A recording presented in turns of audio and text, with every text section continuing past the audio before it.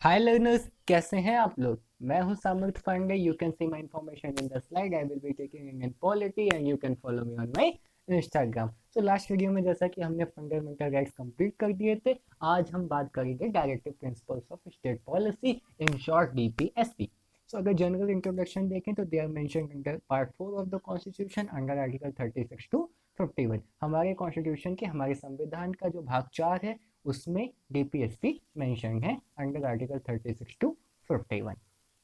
ये होते क्या है? Basically they are to the directions, दिशा निर्देश हैं to the legislative and executive organs for law making और पॉलिसी फॉर्मेशन की। कॉन्स्टिट्यूशन के द्वारा ये कुछ निर्देश हैं, कुछ डायरेक्शंस दी गई हैं जो स्टेट को फॉलो करनी है इन टेकिंग डिसीजंस, चाहे वो लॉ बनाने का डिसीजन हो, चाहे कोई पॉलिसी फॉर्मुलेट करनी हो, या किसी भी तरीके का गवर्नेंस में कोई डिसीजन हो। ठीक है, इनका एम क्या है? देखो, हमारे कॉन्स्टिट्यूशन में हर पार्ट, हर आर्टिकल का कुछ ना कुछ मोटिव है, कुछ ना कुछ रीजन है टू पुट देम।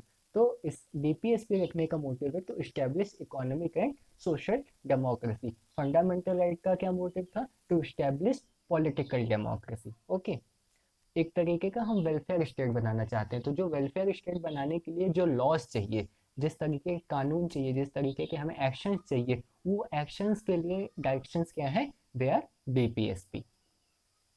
आर्टिकल 38 जो है, itself in the directive principle of state policy, ये सब कुछ बता देता है कि डायरेक्टिव प्रिंसिपल्स क्या चाहते हैं, डायरेक्टिव प्रिंसिपल्स कैसे होने चाहिए। ये कहता है that state shall try to promote a social order where social, economic, political justice prevails. कि राज्य को एक ऐसा सोशल ऑर्डर बनाना है, एक ऐसा सामाजिक ताने बाने का निर्माण करना है जहाँ पे सामाजिक, आर्थिक और राजनीतिक न्याय प्रिवेल हो। ठीक है, उसके हर इंस्टीट्यूशन में, चाहे उसका कोई कॉन्स्टिट्यूशनल इंस्टीट्यूशन हो, या फिर सोसाइटी हो, या फिर फैमिली ही क्यों ना हो, वहाँ पे सोशल, पॉलिटिकल और इकोनॉमिक जस्टिस को प्रिवेल करना है। आपको ऐसे लॉज बनाने। Then eliminate inequalities in status, facilities and opportunities. हमें असमानता को खत्म करना है। कहाँ कहाँ पे? स्टेटस में, फैसिलिटीज की इनइक्वालिटी में, अपॉर्चुनिटीज में। स्टेटस मतलब some people, upper caste lower caste में जो डिफरेंसेस है उनको खत्म करना है। देन फैसिलिटीज, एक क्लास को, एक जो रिच होती है, रिच लोग होते हैं, उनको अच्छी फैसिलिटीज मिलती है, उनको अच्छा एजुकेशन मिलता है, अच्छी लाइफ स्टाइल मिलती है। और वहीं पे जो पुअर क्लासेस हैं उनको ये सब नहीं मिलता है। तो ये इनइक्वालिटी को भी स्टेट हमेशा ट्राई करना है, स्टेट को ऐसे लॉज बनाने हैं कि ये इनइक्वालिटी भी खत्म हो। तभी शेल्टर स्कीम्स लाई जाती हैं, फूड स्कीम्स लाई जाती हैं। ये सब चीज़ें हैं। देन अपॉर्चुनिटीज़, कि आपको अपॉर्चुनिटीज़ में इनइक्वालिटीज़ को भी खत्म करना है। फॉर एग्जांपल, जब आपका एजुकेशन, जब आपकी फैसिलिटीज़ में अंतर है, उसमें इनइक्वालिटी है, तो अपॉर्चुनिटीज़ में भी इनइक्वालिटी जाहिर सी बात है। तो हमें स्टेटस, फैसिलिटी और अपॉर्चुनिटी, तीनों की इनइक्वालिटी को एलिमिनेट करना है, खत्म करना है। और इनकम में जो इनइक्वालिटी है, आय में जो इनइक्वालिटी है, उसको कम करना है, रिड्यूस करना है। एटलीस्ट हमें इतनी इनकम तो लोगों की इंश्योर करनी है कि उनकी लाइवलीहुड अच्छे से चले। हमने जनरल इंट्रोडक्शन देख लिया डीपीएसपी का, ये है क्या, इनका एम क्या है, और ये बेसिकली चाहते क्या है, इनकी फिलोसफी क्या है। नेक्स्ट इज, हम कुछ डीपीएसपी देख लेते हैं। देखो, मैंने मेंशन किया था article 36 to 51 is all about DPSP. मैं एक एक एवरी आर्टिकल नहीं लेने वाला, कुछ इंपॉर्टेंट डीपीएसपी मैं आपके सामने पुट करूंगा। एंड आपको ये एडवाइस करूंगा कि आप किसी बुक में जा करके एक बार डीपीएसपी के और जनरल ग्लांस में देख लें कि कौन कौन से डीपीएसपी हैं। पहला डीपीएसपी है, that is article 39 clause A, right to means of livelihood to all men and women equally. हर किसी को, चाहे वो मैन हो चाहे वो वुमेन हो, उसको अपनी जीविका कमाने का पूरा पूरा अधिकार है। तो गवर्नमेंट को ऐसे लॉज बनाने चाहिए। कॉन्स्टिट्यूशन डायरेक्शन दे रहा है टू द स्टेट कि आपको ऐसे लॉज बनाने हैं कि हर किसी की जीविका इंश्योर हो, man and women equally. Okay, next is 39 clause B, it's like distribution of material resources for common good. State को ये डायरेक्शन दी जा रही है कि आप ऐसे डिस्ट्रीब्यूशन करो मटेरियल रिसोर्सेज का कि इससे कॉमन गुड, कॉमन इंटरेस्ट को प्रमोशन मिले। ठीक है, next is 39 clause C, equal pay for equal work, कि आपको ऐसे लॉ बनाने, आपकी हर किसी को जो इक्वल काम करे उसको इक्वल रिवॉर्ड भी मिले। 49 organise village panchayat across India, बहुत इंपॉर्टेंट आर्टिकल है। आर्टिकल जो 49 डीपीएसपी है इसी का रिजल्ट है 73rd अमेंडमेंट एक्ट 1992, जिससे पंचायती राज सिस्टम लाया गया, रूरल लोकल गवर्नमेंट के सिस्टम्स को इस्टेब्लिश किया गया। तो ये गांधी जी का बेसिकली ड्रीम था कि पंचायती राज होना चाहिए। तो 49 उनका डीपीएसपी दिया गया, उस आइडिया को इनकॉर्पोरेट किया गया as a direction to the state, और इन फ्यूचर 1992 में हमारी गवर्नमेंट ने रिएक्ट भी किया उस पर और उसको कॉन्स्टिट्यूशनल बॉडी भी बनाया, उसकी प्रोविजनाइजेशन भी किया। Next is right to work and education must be provided, कि आपको ऐसे लॉज बनाने हैं कि राइट टू वर्क सबको मिले और right to education. For example जो नरेगा है ये लोगों को मिनिमम एम्प्लॉयमेंट गारंटी देता है, तो ये राइट टू वर्क का ही तो एक इम्प्लीकेशन है। देन एजुकेशन, फंडामेंटल राइट बनाया गया दैट 6 to 14 ईयर्स के बच्चों को फ्री एंड कंपलसरी एजुकेशन देना उनका फंडामेंटल राइट है, स्टेट बाइंडेड है। तो ये इसी डीपीएसपी से इम्प्लीकेट हुआ है।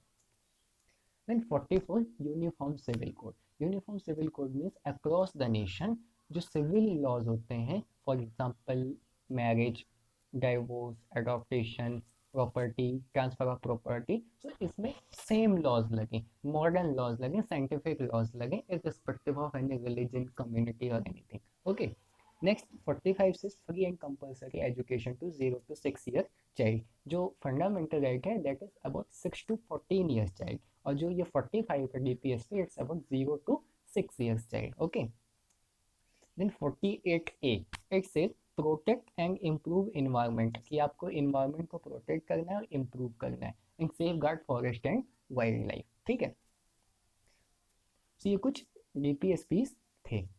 देन अब डीपीएसपी के कुछ कॉन्सेप्ट्स रिलेटेड बात करते हैं, फॉर एग्जांपल इनकी इन्फोर्सेबिलिटी और फंडामेंटल राइट वर्सेस डीपीएसपी का जो क्लैश होता है उस पर थोड़ी सी बात करते हैं। तो जो आर्टिकल 37 है ये कहता है DPSPs are not enforceable in the court of law.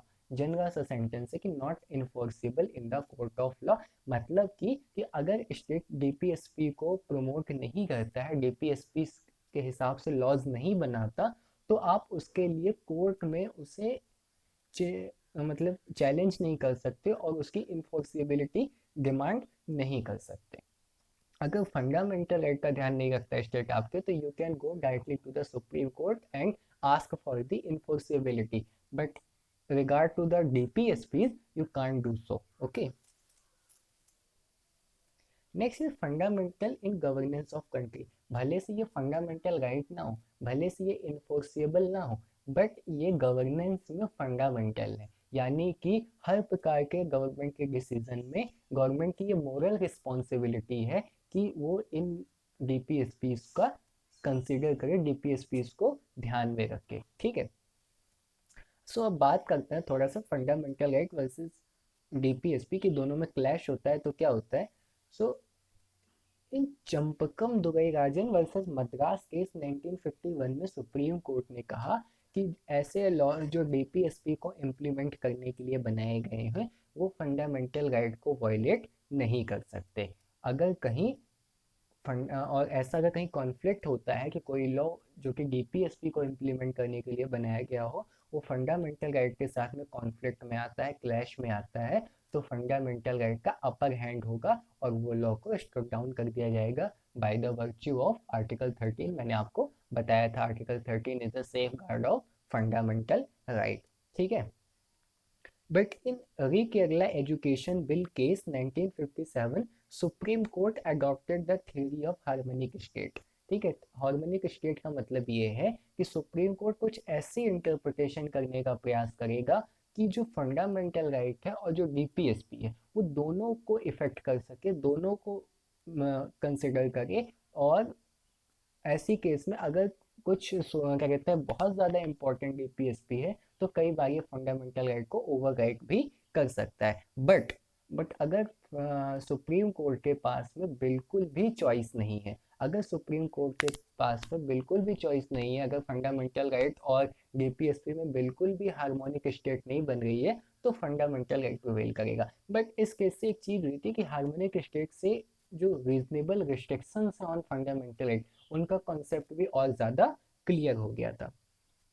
मैंने आपको बताया कि however if there is no choice, अगर बिल्कुल ही दोनों में कन्वर्जेंस नहीं हो रहा है, बिल्कुल दोनों अपोजिट जा रहे हैं डीपीएसपी और फंडामेंटल राइट, तो फंडामेंटल राइट का अपर हैंड होगा, उसके पास वेटेज होगा। इसी बेसिस पर सुप्रीम कोर्ट ने कहा कि हार्मोनिक स्टेट की थ्योरी हम लगा सकते हैं, हम कोशिश कर सकते हैं कि थोड़ा दोनों में कॉम्प्रोमाइज करवा दें, थोड़ा फंडामेंटल राइट को भी इफेक्ट दे दें, डीपीएसपी को भी इफेक्ट दे दें और लॉज को अनकॉन्स्टिट्यूशनल ना बनाए। बट अगर हमारे पास बिल्कुल ही चॉइस नहीं है, बिल्कुल ही दोनों में कॉम्प्रोमाइज नहीं हो रहा है, तो फंडामेंटल राइट का अपर हैंड होगा। और इसी बेस पर जो बैंक नेशनलाइजेशन एक्ट था 1971 और प्राइवेट पर्सन एबॉलिशन एक्ट 1971, इन दोनों को अनकॉन्स्टिट्यूशनल घोषित कर दिया गया। बैंक नेशनलाइजेशन एक्ट बेसिकली जो उस समय प्राइवेट बैंक्स थे उनको नेशनलाइज किया गया था इन पब्लिक इंटरेस्ट। और प्राइवेट पर्सन क्या था, जो प्रिंसली स्टेट्स के प्रिंस थे या किंग थे उनको स्पेशल स्टाइपेंड दिया जाता था, स्पेशल पेंशन दी जाती थी। तो इसको भी एक तरीके से एबॉलिश किया गया था। तो ये दोनों लॉज लाए गए थे और इन दोनों लॉज को सुप्रीम कोर्ट ने अनकॉन्स्टिट्यूशनल डिक्लेयर कर दिया under the violation of article 14, 19 and 31। 14 मैंने आपको बताया था इक्वालिटी का राइट है, 19 बेसिकली फ्रीडम राइट्स हैं, और उसमें एक मैंने आपको बताया था कि जो 19 क्लॉज 1 सब क्लॉज एफ, जो कि अब फंडामेंटल राइट नहीं है, उसे हटा दिया गया फंडामेंटल राइट की कैटेगरी में। उस टाइम पे वो फंडामेंटल राइट था of the property right, okay. और जो 31 है वो भी प्रॉपर्टी राइट थे। तो ये आप समझ ही सकते हैं बैंक क्या होता है, प्राइवेट बैंक उस समय किसी की प्रॉपर्टी थी, तो एक तरीके का प्रॉपर्टी राइट का वायलेशन था। और 14 का वायलेशन ऐसे था कि एक अलग लॉ बनाया जा रहा था, इक्वल लॉज नहीं बनाए जा रहे थे, अलग तरीके का लॉ लाया जा रहा था जो इन लोगों के खिलाफ था, the owners of bank nationalisation act और प्राइवेट पर्पस जिनको मिल रहा था। तो अंडर आर्टिकल 14, 19 और 31 के वायलेशन पे इन लॉज को अनकॉन्स्टिट्यूशनल घोषित कर दिया गया। DPSP 39 clause B and 39 clause सी।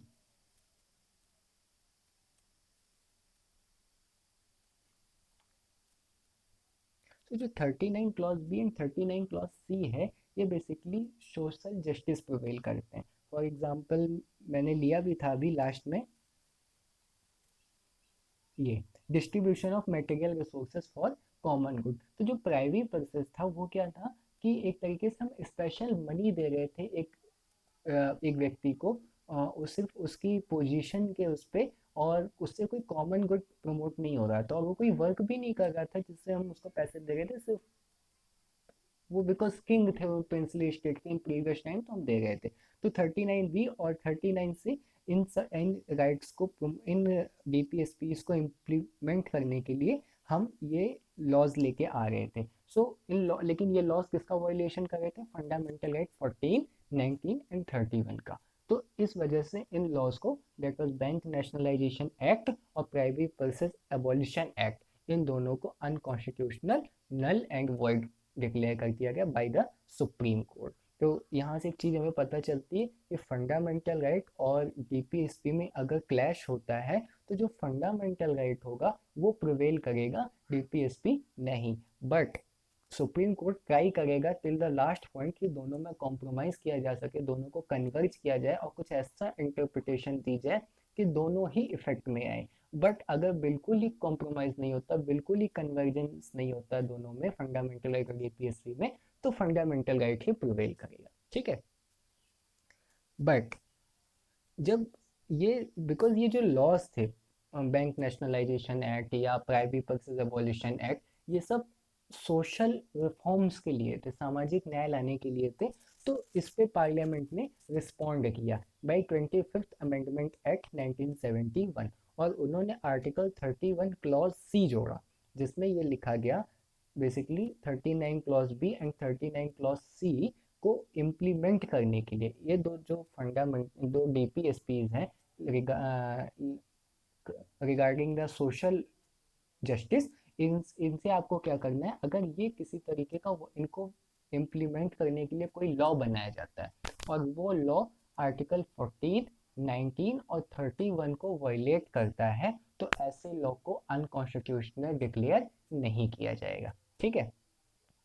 फिर in Kesavananda Bharati versus state of Kerala case 1973 में ये जज इस अमेंडमेंट को चैलेंज किया गया और ये अमेंडमेंट जो था उसको सुप्रीम कोर्ट ने वैलिडेट कर दिया। कहा कि ये आप ऐसा लॉ बना सकते हैं, तो ये एक तरीके का एक क्लॉज, एक तरीके का प्रोविजन हो गया कि 39 clause B 39 clause C DPSP को इम्प्लीमेंट करने के लिए हम 14, 19 एंड 31 क्लॉज के फंडामेंटल राइट को वायलेट कर सकते हैं। और उसके बाद में सुप्रीम कोर्ट ने bank nationalisation and private purses abolition act को रिवाइव कर दिया। फर्दर पार्लियामेंट ने और ट्राई किया कि जो सारे ये उन्होंने 42nd अमेंडमेंट एक्ट लेके आए 1976 में, और उन्होंने इसमें ये कहा कि जो ये पावर है टू वायलेट द 14, 19 एंड 31, इस पावर को 39B एंड 39C से बढ़ा करके सभी डीपीएसपीज को दे दी जाए। हालांकि सुप्रीम कोर्ट ने इन मिनर्वा मिल्स केस में इस बात को कि ये सारे जो डीपीएसपीज हैं ये वायलेट कर सकते हैं 14, 19 एंड 31 को, इस वर्डिंग को स्ट्रक डाउन कर दिया, ये कह के कि जो ये इससे जो पार्ट 3 एंड पार्ट 4 में जो बैलेंस है वो डिस्टर्ब हो रहा है और जो फंडामेंटल राइट है उसकी सुप्रीमेसी को भी डिस्टर्ब हो रहा है। ठीक है। तो प्रेजेंट सिनारियो क्या है? प्रेजेंट सिनारियो ये है कि 39B एंड 39C को इम्प्लीमेंट करने के लिए अगर कोई लॉ बनाया जाता है और वो अगर 14, 19 एंड 31 को वायलेट करता है तो उस लॉ को अनकॉन्स्टिट्यूशनल घोषित नहीं किया जाएगा बाय सुप्रीम कोर्ट। बट अगर इसके अलावा कोई डीपीएसपी फंडामेंटल राइट को वायलेट करता है तो फंडामेंटल राइट को ही अपर हैंड मिलेगा। सुप्रीम कोर्ट पूरा ट्राई करेगा कि दोनों के बीच में कन्वर्ज किया जाए, बट फंडामेंटल राइट का अपर हैंड होगा। अब देखते हैं डिफरेंस क्या है फंडामेंटल राइट और डीपीएसपी में। तो आपको पता है that fundamental right is enforceable in the court under article 32। ठीक है, कॉन्स्टिट्यूशनल रेमेडी के द्वारा, राइट टू रेमेडी के द्वारा। देन नेगेटिव ऑब्लिगेशन, एक तरीके का जो मैक्सिमम फंडामेंटल राइट है वो तरीके के नेगेटिव जंक्चर में प्रयोग किए गए हैं, यानी कि वो स्टेट को ज़्यादातर प्रोहिबिट करते हैं to do certain bad actions. Okay. Then they are for political democracy, एक तरीके की जो पीपल है, जो सिटीजन्स हैं, जो पॉपुलेशन है इंडिया की, उनको एक तरीके की पॉलिटिकल डेमोक्रेसी प्रोवाइड करते हैं, पॉलिटिकली उनको पावरफुल बनाते हैं। ठीक है। देन स्ट्रिक्ट लीगल लैंग्वेज में वो बताए गए हैं, उनके लिए लीगल लैंग्वेज का यूज किया गया है। दे आर इंडिविजुअलिस्टिक, वो स्टेट के अगेंस्ट इंडिविजुअल को वो राइट्स दिए गए हैं। ठीक है। And supreme court can issue Ritz, और सुप्रीम कोर्ट उनकी इन्फोर्सिबिलिटी के लिए, उनको इन्फोर्स करने के लिए जुडिशियल ऑर्डर जो कि रिट्स के नेम से जाने जाते हैं वो इशू कर सकता है। वेल अगर डीपीएसपी को देखा जाए तो they are not enforceable by itself as mentioned under article 37।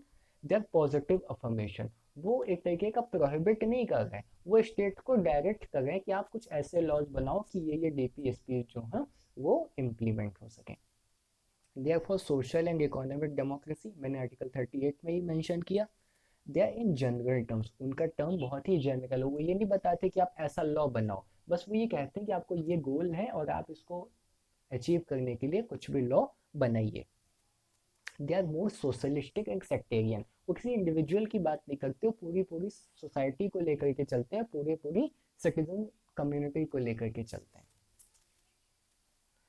और सुप्रीम कोर्ट जैसा कि रिट्स इशू कर सकता है यूजिंग आर्टिकल 32, बट डीपीएसपी में ऐसा कोई भी केस नहीं है।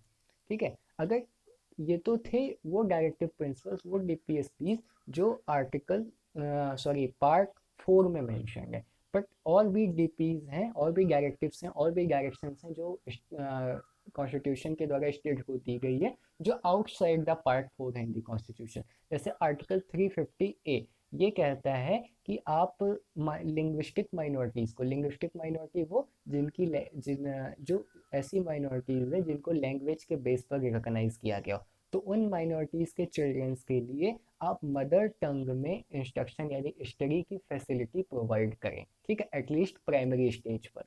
देन 351 में कहता है प्रमोशन ऑफ हिंदी, कि आप हिंदी को प्रमोट करिए।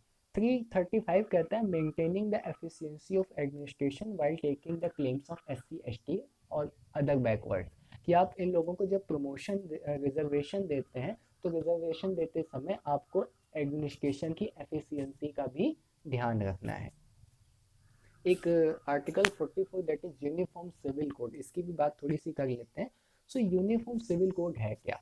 Uniform civil code implies all sections of societies irrespective of religion shall be treated equally, कि सोसाइटी के जितने भी सेक्शन हैं उनको इक्वली ट्रीट किया जाए, उन पे इक्वल लॉज लागू हो, इक्वल सिविल लॉज लागू हो।